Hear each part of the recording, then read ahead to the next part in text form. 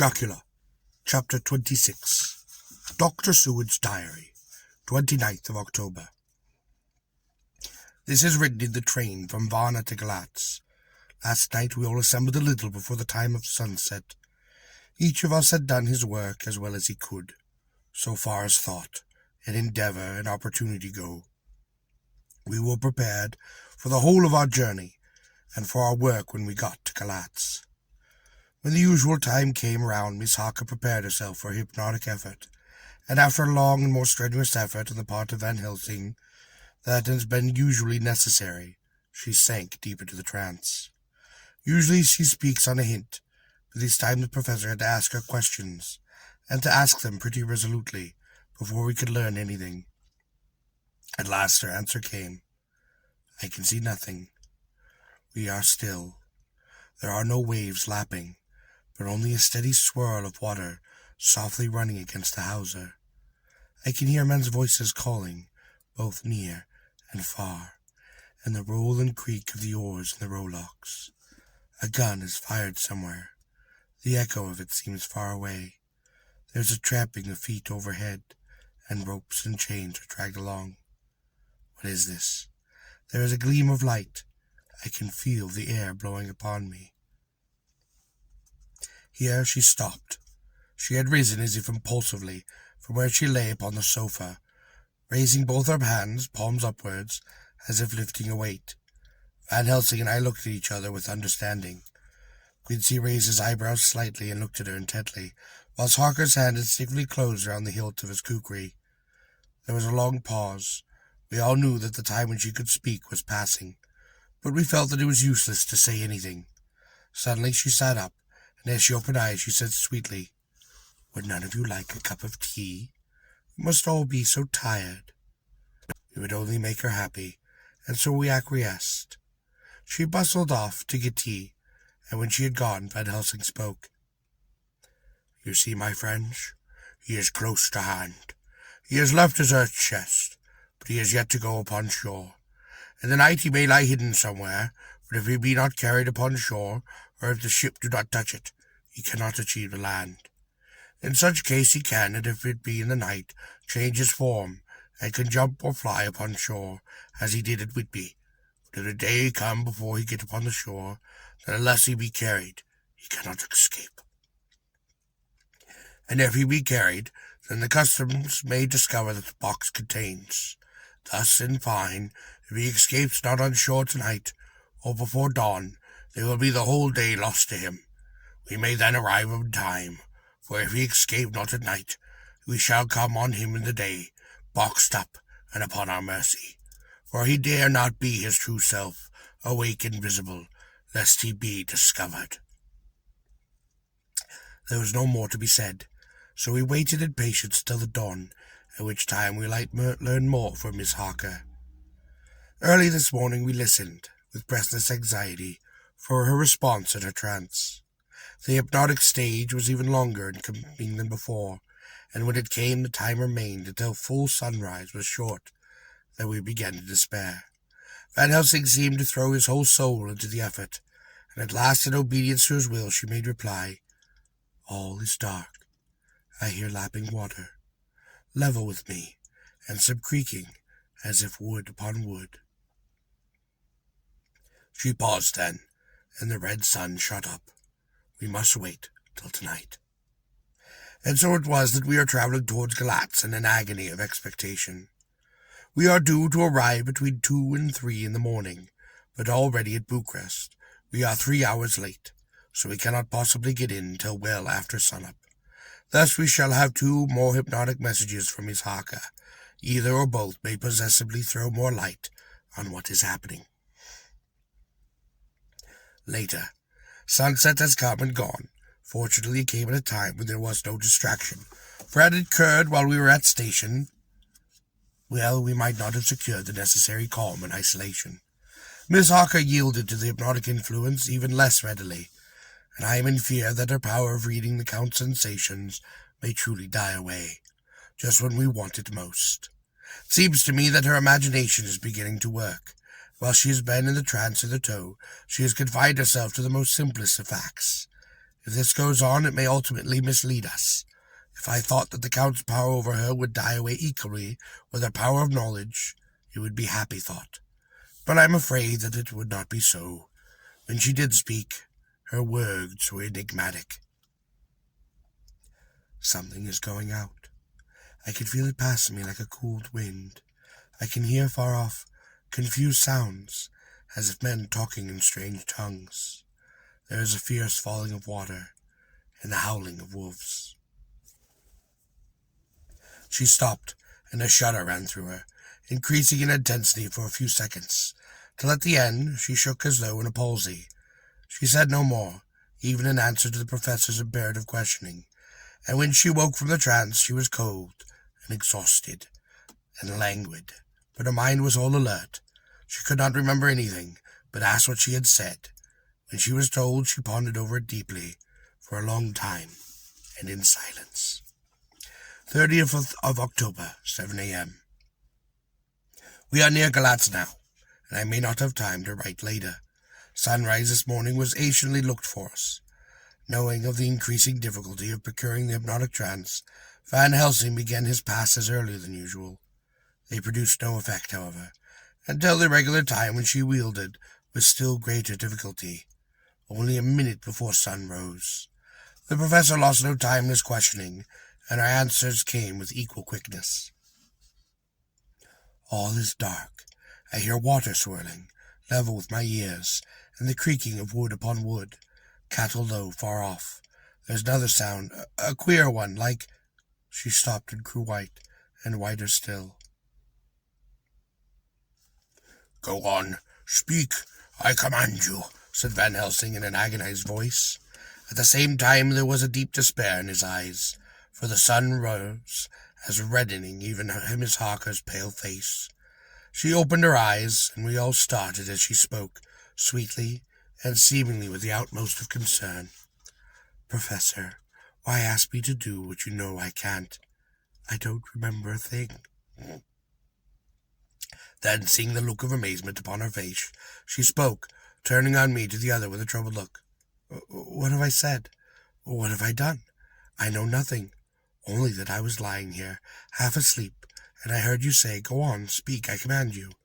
It seems so funny to hear you motor about as if I were a bad child." "Oh, Madame Mina," he said sadly, "it is proof, if proof be needed, of how I do love and honor you, when a word for your good spoken more earnest than ever can seem so strange, because it is the order whom I am proud to obey. The whistlings are sounding. We are nearing Galatz. We are on fire with anxiety and eagerness. Mina Harker's Journal, 30th of October. Mr. Morris took me to the hotel where our rooms had been ordered by telegraph, he being the one who could best be spared, since he does not speak any foreign language. The forces were distributed much as they had been at Varna, except that Lord Godalming went to the Vice-Consul, as his rank might serve as the immediate guarantee of some sort to the official. We are being in extreme hurry. Jonathan and the two doctors went to the shipping agent to learn the particulars of the arrival of the Tsarina Catherine. Later, Lord Godalming has returned. The consul is away, and the vice-consul is sick, so the routine work has been attended to by a clerk. He was very obliging, and offered to do anything within his power. Jonathan Harker's Journal, 30th of October. At 9 o'clock, Dr. Van Helsing, Dr. Seward, and I called on Messrs. Mackenzie and Sternkopf, agents of the London firm of Hapgood. They had received a wire from London, in answer to Lord Godalming's telegraphed request, asking them to show us any civility upon the power. They are more than kind and courteous, and took us at once on board the Tsarina Catherine, which lay at anchor out in the river harbour. There we saw the Captain Donaldson by name, who told us of his voyage. He said that in his life he had never had so favourable a run.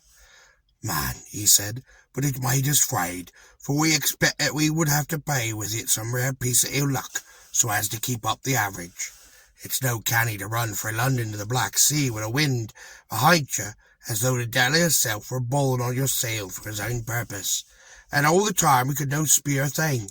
Gin we were not a ship, a port a headland. Fog fell us in trouble with us, till when after it had lifted and we looked out, the dear thing could we see. We ran by Gibraltar without being able to signal. Until we came to the Dardanelles, we had to wait to get a permit to pass. Never hear a word with Hull aught. At first I inclined to slack our sail, and beat about till the fog was lifted. But whiles I thought of the devil was minded to get us into the Black Sea quick. He was like to do it whether we would or no. If we had a quick voyage, it'd be no to our miscredit with the owners. No hurt to our traffic, and the old mon who had served his ain purpose would be decent grateful to us for no hindering him. This mixture of simplicity and cunning and superstition, commercial reasoning, it aroused Van Helsing, who spoke. "My friend, the devil is more clever than he's thought by some, and he know when he met his match." The skipper was not displeased with the compliment, and went on. "When we got to the Bosphorus, and men began to grumble, some of them, the Romanians, came and asked me to heave over a big box, which had put on board by a queer-looking old man, just before we had started for London. I had seen him spirit the fellow, and put out two fingers when they saw him, to guard against evil eye. Man, but the superstition of foreigners is perfectly ridiculous. I set them about their bigness pretty quick, but it was just after fog closed in us. I felt a wee bit as they did about something, but I wouldn't say it was again the big box. On we went, and as the fog didn't let up for 5 days, I just let the wind carry us, for the devil wanted to get somewhere. Well, we would fetch it up all right, and if he didn't, well, we'd keep a sharp lookout anyhow. Sure enough, we had a fair way in the deep water all the time. 2 days ago, when the morning sun came through the fog, we found ourselves just in the river opposite Galatz. The Romanians were wild, and riding me right or wrong to take out the box and fling it in the river.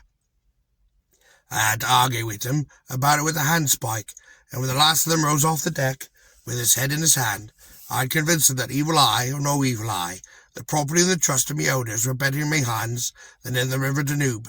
They had, mind you, taken the bock on the decks, ready to fling in, and as it was marked XXVI, well, I thought I'd let it lie till we discharged from the port, and get ready to hold together. We didn't do much clearing that day, and had to remain the niche at anchor. But in the morning, bowing early, an hour before sun-up, a man came aboard with an order, written to him from England, to receive a box marked for one Count Dracula. Sure enough, the man was one ready to his hand. He had his papers all right, and glad I was to be rid of the damn thing, for I was beginning to feel uneasy of it. If the devil did have any luggage aboard the ship, I'm thinking it was a name other than that same." "What was the name of the man who took it?" asked Dr. Van Helsing with restrained eagerness. "Oh, I'll be telling you quick," he answered, and stepping down to the cabin produced a receipt signed Emmanuel Hildesham. Burgundy 16 was the address. We found out that it was all the captain knew, so with thanks we came away. We found Hildesheim in his office, a Hebrew of rather the Adelphi theatre type, with a nose like a sheep, and a fez. His arguments were pointed with spec, and he doing the punctuation, and with a little bargaining he told us what he knew. This turned out to be simple but important. He had received a letter from Murderville of London, telling him to receive, if possible, for sunrise, so as to avoid customs, a box which would arrive at Galatz in the Kazarina Catherine. This he was to give in charge to a certain Petrov Skinsky, who dealt with the Slovaks who traded down the river to the port. He had been paid for his work by an English banknote, which had been duly cashed for gold at the Danube International Bank, when Skinsky had come to him. He had taken him to the ship and handed over the box, so as to save on porterage. That was all he knew. We then sought for Skinsky, but were unable to find him. One of his neighbours, who did not seem to bear him any affection, said that he had gone away 2 days before, no one knew whither. This was corroborated by his landlord, who had received by message the key of the house together with the rent due, in English money. This had been between 10 and 11 o'clock last night. We were at a standstill again. Whilst we were talking on, one came running and breathlessly gasped out that the body of Skinsky had been found inside the wall of the churchyard of St. Peter, and that the throat had been torn open as if by some wild animal. Those who had been speaking with ran off to see the horror, the women crying out, "This is the work of a Slovak." We hurried away lest we should have been in some way drawn into this affair, and so detained. As we came home, we could arrive at no definite conclusion. We were all convinced that the box was upon its way, by water to somewhere, but where that might be we would have to discover. With heavy hearts, we came home to the hotel, to Mina. When we met together, the first thing was to consult as to taking Mina again into our confidence. Things were getting desperate, and it is at least a change, though a hazardous one. As a preliminary step, I was released from my promise to her. Mina Harker's journal, 30th of October, evening. They were so tired and worn out and dispirited that there was nothing to be done till they had some rest. So I asked them all to lie down for half an hour, whilst I should enter everything up to the moment. I felt so grateful to the man who invented the traveller's typewriter, and to Mr. Morse for getting this one for me. I should have felt quite astray doing the job if I had to write with a simple pen. It is all done, poor dear Jonathan, that he must have suffered. What must he be suffering now? He lies upon the sofa, hardly seeming to breathe, and his whole body appears upon collapse. His brows are knitted, his face drawn with pain. Oh, the poor fellow! Maybe he is thinking, and I can see his face all wrinkled up with the concentration of his thoughts. Oh, if I could only help it all, I shall do what I can. I have asked Dr. Van Helsing, and he has got me all the papers that I have not yet seen. Whilst they are resting, I shall go over all of them carefully, and perhaps I may arrive at some foregone conclusion.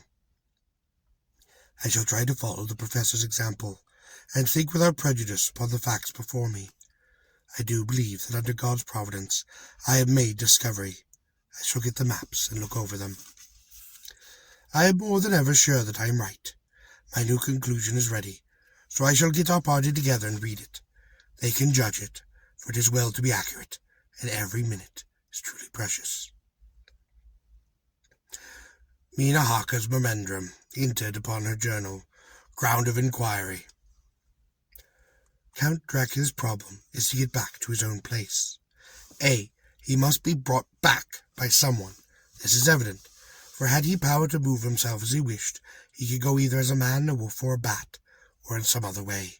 He evidently fears discovery or interference, and in the state of helplessness in which he must be, confined as he is between dawn and sunset upon his wooden box.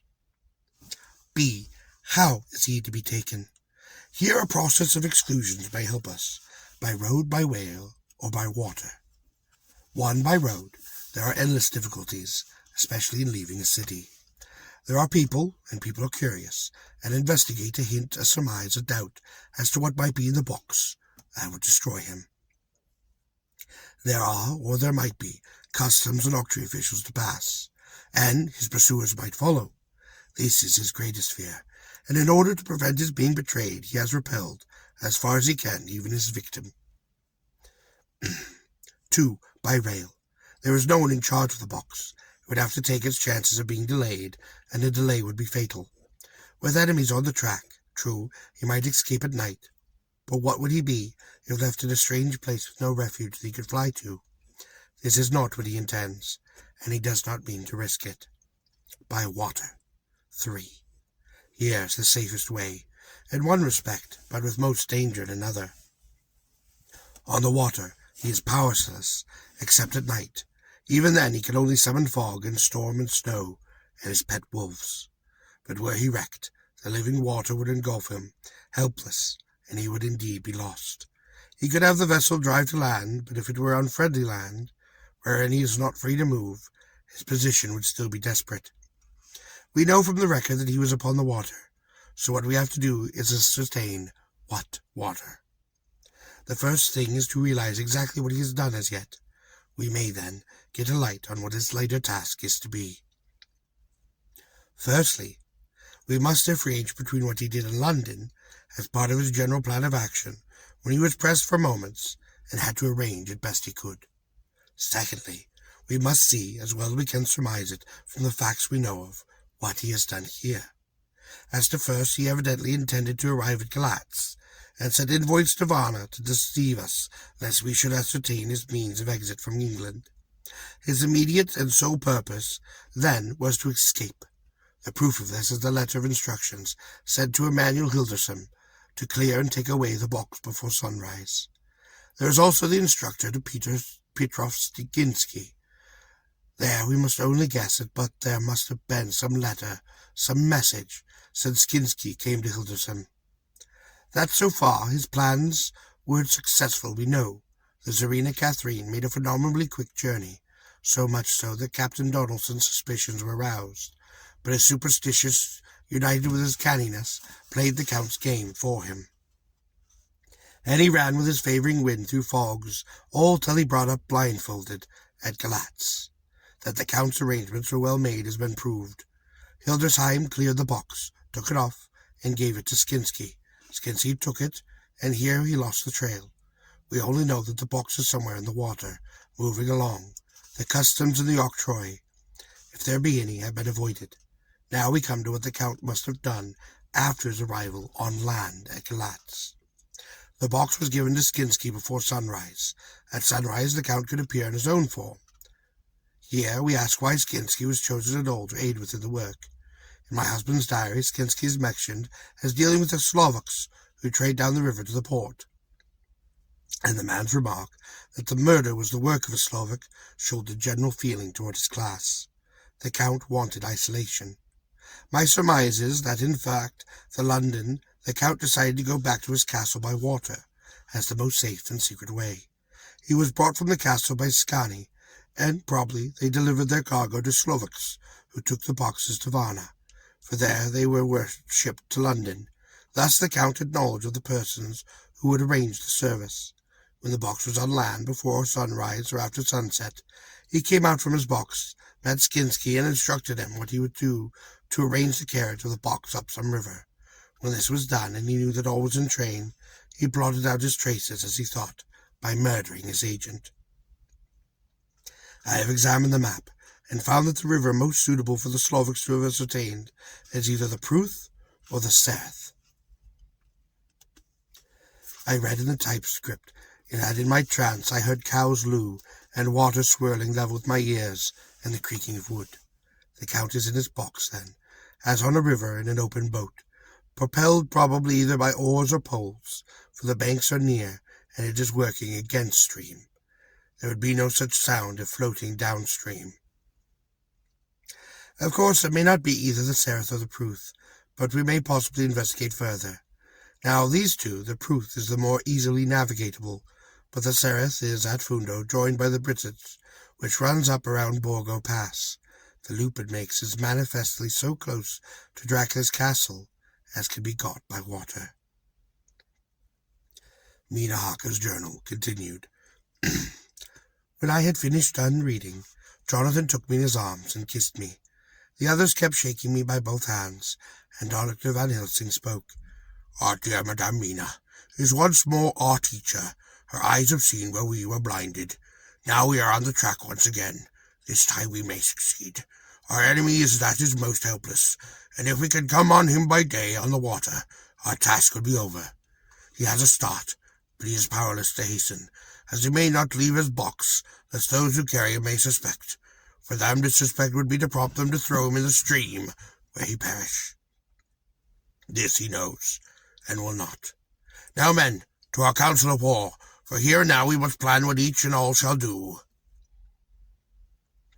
I shall get a steam launch, and follow him, said Lord Godalming. And I, a horse to follow on the bank, lest by chance he land, said Mr. Morris. Good, said the Professor, both good, but neither must go alone. There must be a force to overcome force, if need be. The Slovak is strong and rough, and he carries rude arms. All the men smiled, for amongst them they carried a small arsenal. Then spoke Mr. Morris. I have brought some Winchesters. They're pretty handy in a crowd, and there may be wolves. The Count, if you remember, took some other precautions. He made some requisitions on others that Miss Harker could not quite hear or understand. We must be ready at all points. Dr. Seward then spoke. I think I had better go with Quincy. I have been accustomed to hunt together, and we two, well armed, will be matched for whatever may come along. You must not be alone, Art. It may be necessary to fight the Slovaks, and a chance thrust for I don't suppose these fellows carry guns, would undo our plans.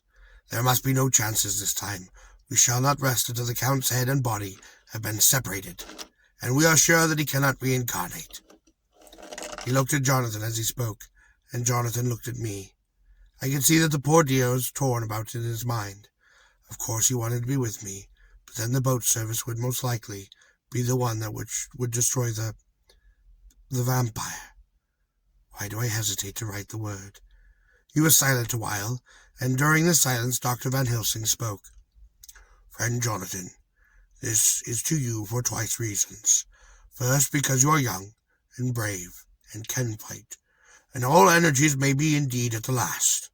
And again, it is your right to destroy him, that which was wrought such woe to you and yours. Be not afraid for Madam Mina, she will be my care. If I may, I am old. My legs are not so quick to run as once. I am not used to ride so long or to pursue as need be, or to fight with a lethal weapon. I can be of other service. I can fight in other ways, and I can die if need be, as well as any of you younger men. Now let me say that I would is this, while you, my Lord Godalming and friend Jonathan, go in your so swift little steamboat up the river, and while John and Quincy guard the bank, where perchance he might be landed, I will take Madam Mina right into the heart of the enemy's country, whilst the old fox is tied in his box, floating upon that running stream, whence he cannot escape to land, where he dares not raise the lid of his coffin box, lest his Slavic carriers should in fear leave him to perish. We shall go in the track where Jonathan went, from Brits over the Bargo, find our way to this castle of Dracula. Here Madame Mina's hypnotic power will surely help. We shall find our way, dark and unknown otherwise, after the first sunrise, when we are near that fateful place. There is much to be done, and other places deemed to be made sanctify, so that the nest of vipers be obliterated." Here Jonathan interrupted him hotly. "Do you mean to say, Professor Van Helsing, that you would bring Mina, in her sad case, tainted as she is with the devil's illness, right into the jaws of his death-trap? Not for the world. Not for heaven or hell."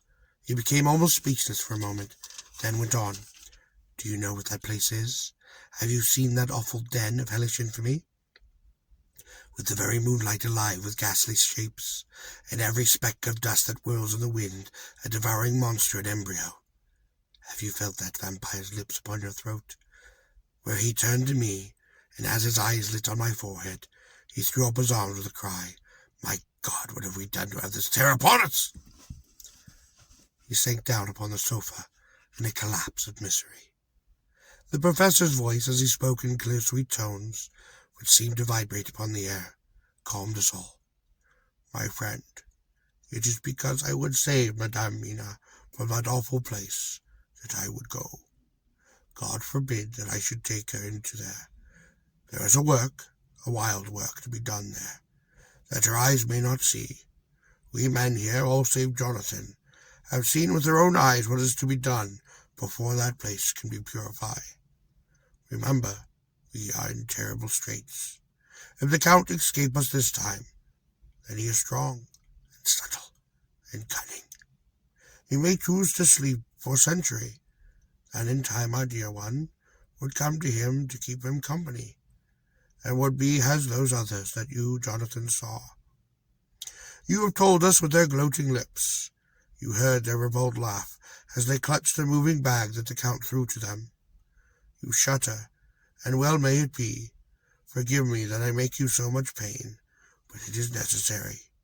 My friend, it is not dire need for which I am giving, if need, my life. If it were that anyone went into that place to stay, it is I who would have to go to keep them company." "Do as you will," said Jonathan, with a sob that shook him all over. "We are now in the hands of God." Later. Oh, did it me good to see the way that those brave men worked. How can women help loving men when they are so earnest and so true and brave? And too, it made me think of the wonderful power of money. What can it not do when it is properly applied? And what might it do when basely used? I felt so thankful that Lord Godalming is rich, and that both he and Mr. Morris, who also has plenty of money, are willing to spend it so freely. for if they did not, our little expedition would not start, either so promptly or so well equipped. As it well within another hour, it is not 3 hours since it is arranged that what part each of us was to do. Now Lord Godalming and Jonathan have a lovely steam launch, with steam up ready to start at a moment's notice. Dr. Seward and Mr. Morris have half a dozen beautiful horses, well appointed, and we have all the maps and appliances of various kinds that can be made. Professor Van Helsing and I are to leave by the 11:40 train, tonight to Vercetti, where we are to get a carriage to drive to the Borgo Pass. We are bringing a good deal of ready money, as we are to buy a carriage and horses. We shall drive ourselves, for we have no one whom we can trust upon this matter. The professor knows something of a great many languages, so we shall get on all right. We have all got arms, even for me a large-bore revolver. Jonathan would not be happy unless I was armed like the rest. Alas, I cannot carry one arm that the rest do. The scar on my forehead forbids that. Dear Dr. Van Helsing comforts me by telling that I am fully armed as there may be wolves. The weather is getting cold every hour, and there are snow flurries, which come and go as a warning. Later. It took all my courage to say goodbye to my darling. We may never meet again. Courage, Mina, courage. The professor is looking at you keenly, and his look is a warning. There must be no tears now, unless it may be that God will let them fall in gladness. Jonathan Harker's Journal, October 30th, night. I am writing this in the light furnace, door of the steam launch. Lord Godalming is firing up. He is an experienced hand at his work, and as he has yet had a launch of his years own upon the Thames, and another upon the Norfolk Broads. Regarding our plans, we finally decided that Mina's guess was correct, and that if any waterway was chosen for the Count's escape back to his castle, the Sereth and then the Bresitsa is at its junction. That would be the one. We took it. That somewhere about the 47th degree north latitude would be the place chosen for crossing the country between the river and the Carpathians. We have no fear in running at good speed up the river at night, for there is plenty of water, and the banks are wide enough apart to make steaming, even in the dark, easy enough. Lord Godalming tells me to sleep for a while, as it is enough for the present for one to be upon watch. But I cannot sleep. How can I, within the terrible danger hanging over my darling, and her going out into that awful place? My only comfort is that we are in the hands of God. Only for that faith it would be easy to die than to live, and so be quit of all the trouble. Mr. Morris and Dr. Seward were off upon their long ride before we started. They are to keep up the right bank, far enough off to get upon their higher lands, where they can see a good stretch of river, and avoid the following of its curves. They have for the first stages 2 men to ride, and lead their spare horses, 4 in all, so as not to exceed and to excite curiosity. When they dismiss the men, which shall be shortly, they shall themselves look after the horses. It may be necessary for us to join forces. If so, they can mount our whole party. One of the saddles had a movable horn, which can be easily adapted for Mina if required. It is a wild adventure we are on. Here, as we are rushing along through the darkness, with the cold from the river seeming to rise up and strike about us, with all the mysterious voices of the night around us, it all comes home. We seem to be drifting into unknown places and unknown ways, into a whole world of dark and dreadful things. Godalming is shutting the furnace door. 31st of October. Still hurrying along, the day has come, and Lord Godalming is sleeping. I am on watch. The morning is bitterly cold. The furnace heat is grateful, though we have heavy fur coats. As yet we have passed only a few open boats. None of them had any on board, or any box or package of anything like the size of the one we seek.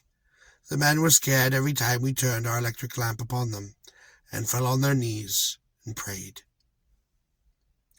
1st of November evening. No news all day. We have found nothing of the kind we seek. We have now passed into the Bresitsa. If we are wrong in our surmise, our chance is gone. We have overhauled every boat, big and little. Early this morning one crew took us for a government boat, treated us accordingly. We saw in this way of smoothing matters, so at Fondue, where the Prince runs into the Sereth, we got a Romanian flag, which we now fly conspicuously. With every boat which we have overhauled since then, this trick is exceeded. We have every deference shown to us, and not once any objection as to whether we choose to ask or do. Some of the Slovaks tell us that a big boat passed them, going at more than a usual speed, as she had a double crew on board. This was before they came to Fundu, so they could not tell us whether the boat turned to the Brits or continued on up the Sreth. And at Fundu we could not hear of any such boat, so she must have passed there in the night. I am feeling very sleepy. The cold is perhaps beginning to tell upon me, and nature must have rest some time. Godalming insists that he shall keep the first watch, and God bless him for all his goodness to poor dear Mina and me. 2nd of November, morning. It is broad daylight. That good fellow would not wake me. He says it would have been a sin too, for I slept so peacefully, and was forgetting all my trouble. It seems brutally selfish of me to have slept so long, and let him watch all the night. But he was quite right. I am a new man this morning, and as I sit here and watch him sleeping, I can do all that is necessary, both as to minding the engine, steering, and keeping watch. I can feel that my strength and energy are coming back to me, and I wonder where Mina is now. Van Helsing. They should have got to Vercetti about noon on Wednesday. It would take them some time to get to the carriage and horses, so if they had started and travelled hard, they would be about now at the Borgo Pass. God guide and help them. I am afraid to think that what may happen, if we could only go faster, but we cannot. The engines are already throbbing and doing their utmost. I wonder how Dr. Seward and Mr. Morse are getting on. There seem to be endless streams running down from the mountain into this river, but as none of them are very large at present, at all events, though they are terribly doubtless in winter and when the snow melts, the horsemen may not leave the Met to much obstruction. I hope that before we get to Stotz we may see them, for by that time we have not overtaken the Count. It may be necessary to take counsel together what to do next. Dr. Seward's Diary, 2nd of November. 3 days upon the road, no news, no time to write if there had been, for every moment is precious. Here we have had only the rest needed for the horses, but we are both bearing it wonderfully. Those adventurous days of ours are turning up quite useful. We must push on. We shall never feel happy till we get that launch in sight again. 3rd of November. We heard at Fundu that the launch had gone up the Britsa. I wish it wasn't so cold. There are signs of snow coming, and if it falls heavy, it will indeed stop us. In such case we must get a sledge, and then go on in the Russian fashion. 4th of November. Today we heard of the launch having been detained by an accident when trying to force her way up the rapid. The Slovak boats got up all right, by aid of rope, and steering with knowledge. Some went up only a few hours before. Godalming is an amateur fitter himself, and evidently it was he who put the launch in trim again. Finally they got up the rapids all right, with local help, and are off on the chase afresh. I fear that the boat is not any better for the accident, and the peasantry tell us that after she got upon the smooth water again, she kept stopping every now and again so long as she was in sight. We must then push on harder than ever, for our help may be wanted soon. Mina Harker's Journal, 31st of October. Arrived at Vercetti at noon. The professor tells me that this morning at dawn he could hardly hypnotize me at all, and that all he could say was dark and quiet. He is off now, buying a carriage and horses. He says that he will later on try to buy additional horses, so that we may be able to change them upon the way. We have something more than 70 miles before us. The country is lovely, and most interesting, if only we were under different conditions. How delightful it would be to see it all. If Jonathan and I were driving through it alone, what a pleasure it would be. Oh, to stop, and to see the people, and learn something of their life, and to fill our minds and memories with all the colours and picturesqueness of this whole wide, beautiful country, and the quaint people. But alas. Later. Dr. Van Helsing has returned. He has got the carriage and horses. We are to have some dinner, and to start work upon an hour. The landlady is putting us up a huge basket of provisions. It seems enough for a company of soldiers. The professor encourages her and whispers to me that it may be a week before we can get any good food again. He's been shopping too, and has sent home such a wonderful lot of fur coats, wraps, and all sorts of warm things. There will not be any chance of our being cold. We shall soon be off, and I am afraid to think what may happen to us. We are truly upon the hands of God. He alone knows what may be, and I pray him, with all the strength of my sad and humble soul, that we will watch over my beloved husband, and whatever may happen, Jonathan may know that I love him, and honor him more than I can say, and that my latest and truest thought will always be of him.